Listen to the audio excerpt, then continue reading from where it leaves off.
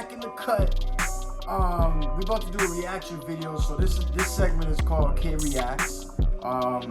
Lock in, tap in if you ever want to see me tap in. You know what I'm saying? What we're gonna do is we're gonna react to this video. It's called watch this before you consider another lockdown. Some US, I think it's a US politician or something. I don't know, but like, we're gonna see what he has to say. So let's get back to it. We made an unbelievable mistake in the last 6 months. In fact, I've done a lot of research on this. The lockdowns will go down as one of the worst decisions ever made in the history of our country, bar none. The lockdowns, they are... Bar none. The lockdowns...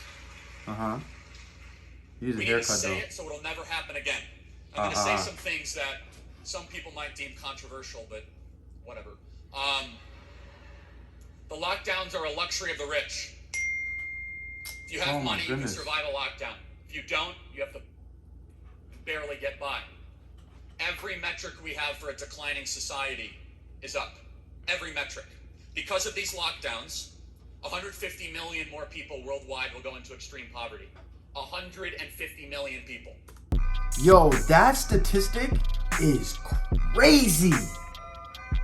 Fam, we broke. We can't get worse.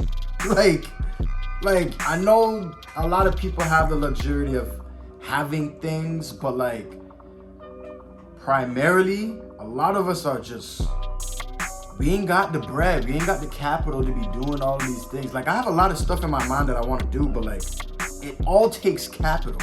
And if you don't have the capital and you don't have the resources to get the capital, you have no leverage. So, nah, it's fact. It's a big fact. Worldwide. Because we decided to shut off global supply chains, shut off the movement of people, goods, and services. 15,000 scientists just signed the Barrington Declaration that said the lockdowns are the greatest threat to human health. They say it's all about safety and health. The lockdowns are hurting people. These are not victimless crimes. We tried to kill a mouse with a missile, and we did not adapt as we moved on. The more we saw the data come in, the more we locked down our country. All it did is delay the inevitable and also harm our young people. 1 out of 4 of young people contemplated suicide in our country the last 90 days. 1 out of 4.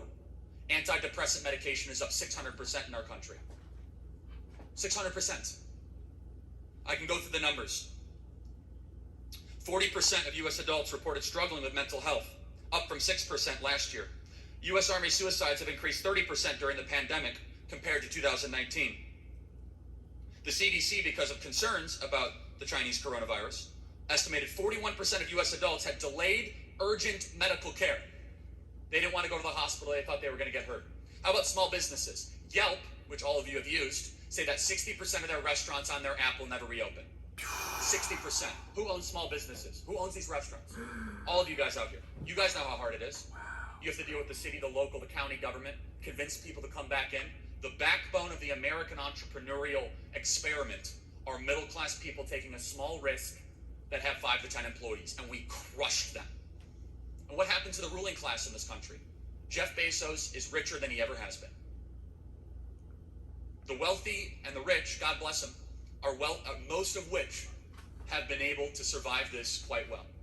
It is the collectivist class that has been calling the shots in this country that hurt the little guy through these lockdowns. And they say, well, it's to stop the spread. That's a lie. Never would you ever be able to stop the spread. You're just delaying the inevitable. You could temporarily slow it, you could temporarily stunt it, but it gave people false confidence in something that actually hurt real human beings. And how about our generation? As I mentioned, 52% of my generation is now living at home with their parents, up from 37% last year. 52%. Again, I'm not trying to attack people that are living at home with their parents. Some people have no choice. They have no financial choice. So we have a generation that the average student loan debt per borrower is $31,000 per borrower. That then graduates college with very little to any skill, most times. And I'm happy to build out the whole college issue, to then enter a country where we tell them, just go work harder. Go work harder. Oh, I'm sorry, we shut down the country the last 9 months.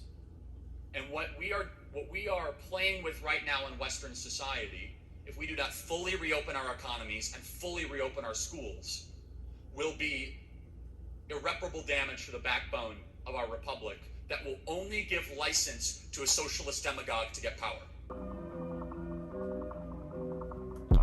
Alright, so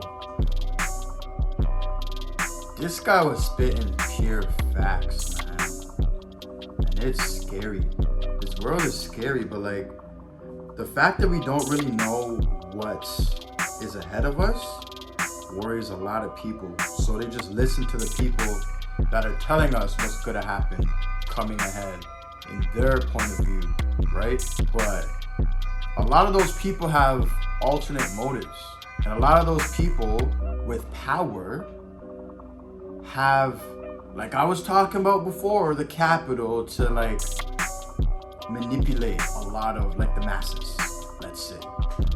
However, just stay tuned to yourself, like stay woke, like they say, stay present, and just beware about what you listen to, who you listen to, and how you choose to obtain that type of information. Like this whole thing about the vaccines and stuff,